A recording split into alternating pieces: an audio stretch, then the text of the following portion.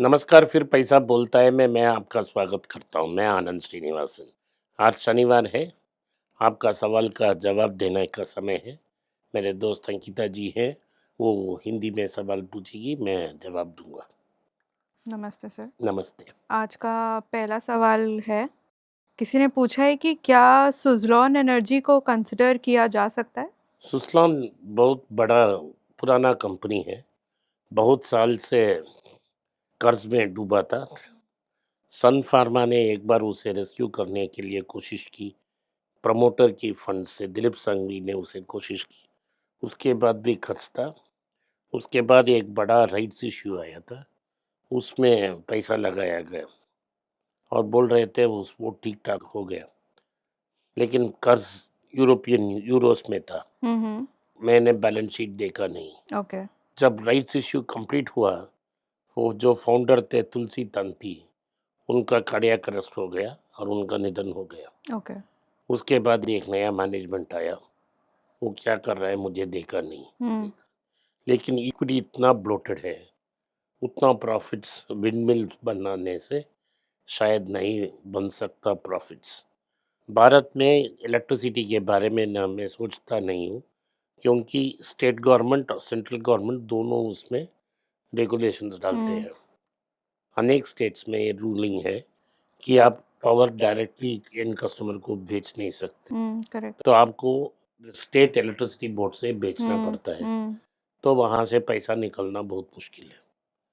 दूसरी बात है कि सेंट्रल गवर्नमेंट में भी बहुत सारे रेगुलेशंस हैं, जैसा टाटा पावर जैसा बड़ा कंपनी को भी कंसिडर नहीं करता हूँ। ओके। सो पावर सेक्टर से मैं दूर रहता हूँ, लेकिन ये यही इतिहास है।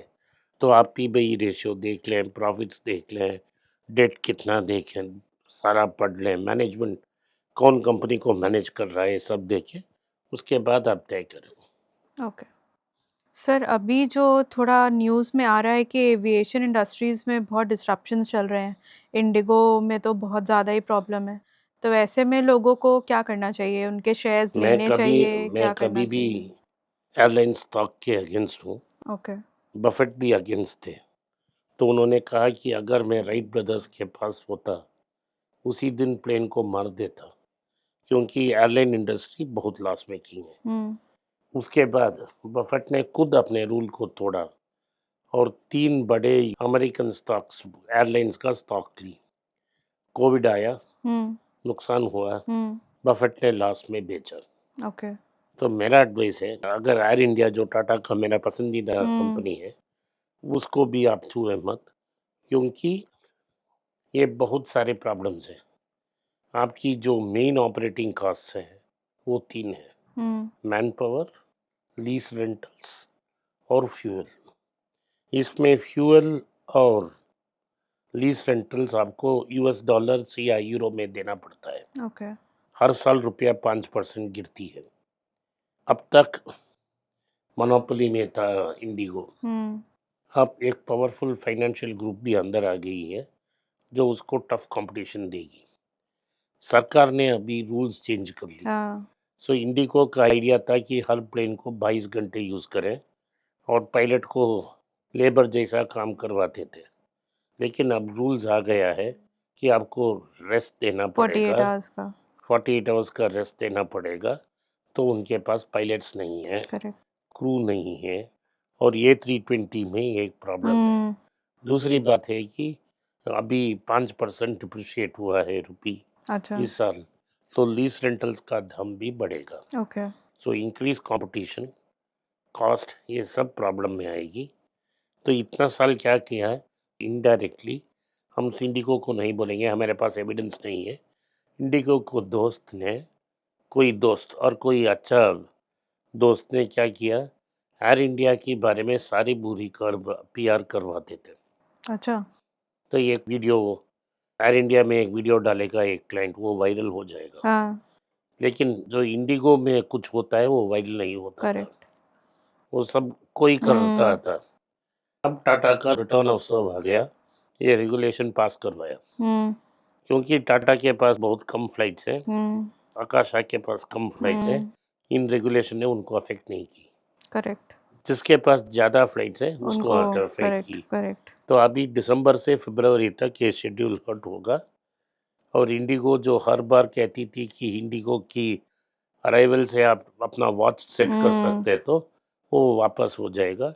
इंडिगो अभी अभी निफ्टी में आया था, अब स्टॉक प्राइस गिरेगा 3-4 महीने के लिए, उसके बाद देखेंगे क्या होती है। ओके सर लोग टाटा पे अभी भी बहुत सवाल पूछ रहे हैं कि क्या मैं टाटा टीएमसीवी स्टॉक से एग्जिट करके टीएमपीवी में स्विच कर सकता हूँ नहीं, क्योंकि अभी टीएमसीवी हाई चल रहा है और टीएमपीवी लो नहीं, चल आप रहा है। दोनों को रिटेन करें। अगर आप कंसिडर भी करना चाहते हैं, दोनों को एक-एक, 2-2 ऐसा कंसिडर करें, ताकि दोनों की जो ट्रैजेक्टरी है, हुँ, 5 साल बाद ही डिफर होगा। हुँ, अभी इवॉको नाम का एक बड़ा ब्रांड को टाटा कमर्शियल व्हीकल खरीद रहा है, उसको हजम करेगा। उसके लिए वो $3 बिलियन का लोन लेंगे, उन लोन को भी खत्म करेगा, उसके बाद ही उसका डायरेक्शन सेट होगा। ओके, तो जल्दी में कोई डिसीजन न लें।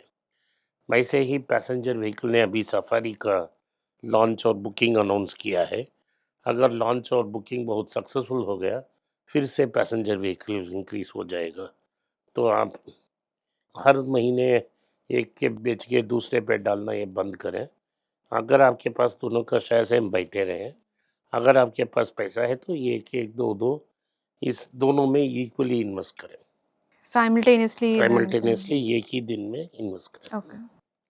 किसी ने पूछा है कि जब से यूएस ने भारत पर 50% टैरिफ लगाया है, रुपया डॉलर के मुकाबले लगातार कमज़ोर होता जा रहा है। हमारा स्टॉक मार्केट भी नया हाई बनाकर नीचे जा रहा है। तो क्या अमेरिका के साथ डील होने पर ही रुपए और स्टॉक मार्केट संभलेगा?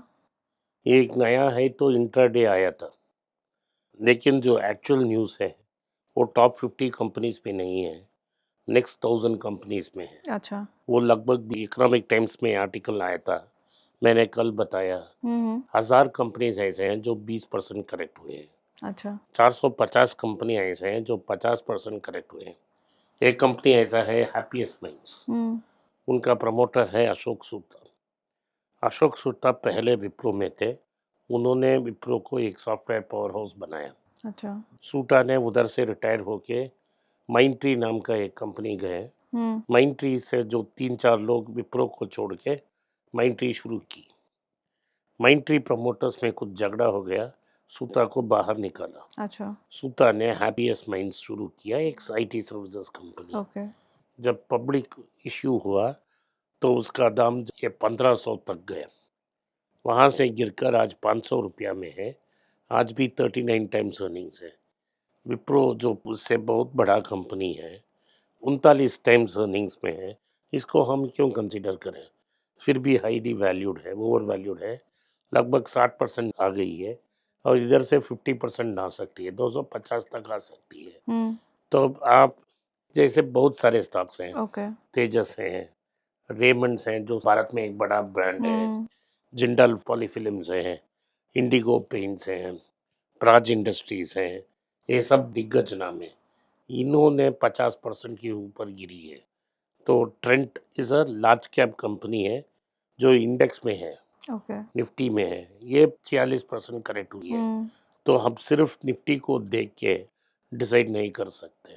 सो भारत में जो अगर रिकवरी होना है तो स्मॉल कैप मिड कैप में सब में होना है, वो 1 साल के ऊपर लगेगा। ओके। बैंक निफ्टी की परफॉर्मेंस बहुत बढ़िया चल रही है आजकल। पिछले दिनों पीएसयू बैंक्स ने प्राइवेट बैंक से ज़्यादा अच्छा परफॉर्मेंस किया है। किसी को अगर नया इन्वेस्टमेंट करना हो तो कौन से नए बैंक कंसिडर करने चाहिए? मेरा आंसर एक ही है, जो ये बैंक्स हैं वो ओवर वैल्यूड है और पब्लिक सेक्टर बैंक्स हैं जो बजट के बाद करेक्ट हो जाएंगे, क्योंकि न्यू इन्वेस्टमेंट्स नहीं आने वाले हैं ओके। और जो मैनेजमेंट कंट्रोल रहेगा वो इसके पास ही रहेगा, किसके पास? गवर्नमेंट के पास ही रहेगा। अच्छा। तो पब्लिक सेक्टर बैंक्स में बड़ा करेक्शन आने वाला है, मैं उसे कभी भी नहीं कंसिडर करता। जो प्राइवेट सेक्टर बैंक्स हैं, हम आईडीएफसी को कंसिडर करते थे, वो बहुत ऊपर चला गया। आज के ज़माने में आप south Indian bank, Karnataka bank और फेडरल बैंक कंसिडर कर सकते हैं। लेकिन इस तीनों बैंक में भी पिछले 2-3 महीने में 50% के ऊपर रैली हुआ है। कर्नाटका बैंक में लगभग ₹40 का रैली हुआ है। तो देख के समझ के करना चाहिए। अगर आप उसे बैंक्स मत कंसीडर करें आप। अगर आप आईटीसी डाउन होगा क्योंकि गवर्नमेंट नया टैक्स डाल रहा है तो आप आईटीसी कंसीडर कर सकते हो, नैटको फार्मा कंसीडर कर सकते हो, डॉक्टर रेड्डी कंसीडर कर सकते हो, जाइडस लाइफ साइंसेस कंसीडर कर सकते हो, क्योंकि जो रुपये की गिरावट है, रुपये गिर रही है, इन कंपनी के लिए अच्छा है। आप विप्रो भी कंसीडर कर सकते हो।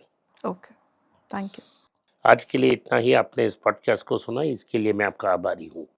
हो सके तो वीडियो को लाइक कीजिए, चैनल को सब्सक्राइब कीजिए और बेल नोटिफिकेशन दबाएं।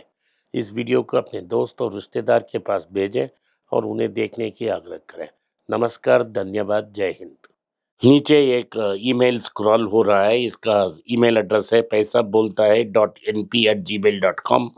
अगर आप मुझसे संपर्क करना चाहते हैं तो इस ईमेल में मेल भेजें, मेरी टीम आपसे बात करेगी। फिर से बता रहा हूँ मैं, paisa.bolta hai.np@gmail.com। इसमें आप मेल भेज सकते हो, मेरा टीम आपसे संपर्क करेगा।